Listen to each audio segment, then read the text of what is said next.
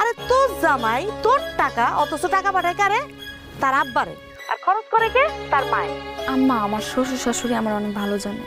আরে এগুলো হইলো অভিনয়, তুই কিছু বুঝোস? হ্যাঁ, জামাইরে চোখে চোখে রাখতে হইব। আরে তুই ওর কাছে থাকলে ও কত কামায়, কি করে না করে সব তুই জানতে পারবি। জামাইরে চাপের উপরে রাখ। ওমা, চাপের উপর রাখবো কেন আম্মা? তোমার জামাইরে যেটা কই সেটাই তো সে শুনে, কোনো কথা নড়চড় করে না। একদম মনে করে এক কান্দে ঢুকায় আর কান্দে বের করে দেয়। ঠান্ডা মানুষ তো, ঝগড়া করতে পছন্দ করে না। ও যদি তোর কথায় পাত্তা না দেয়, তাহলে ও দুর্বল জায়গায় অত্যাচারের মাত্রা বাড়ায় দেয়, তাইলেই তো হইলো।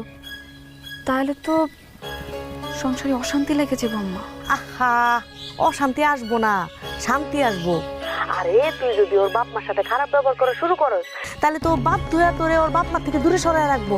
আরেকটা কথা শোন, এগুলো যাতে আশেপাশের মানুষ বুঝতে না পারে। আরে আশেপাশের মানুষের কাছে ভালো থাকতে হবে না? ঠিক আছে আম্মা।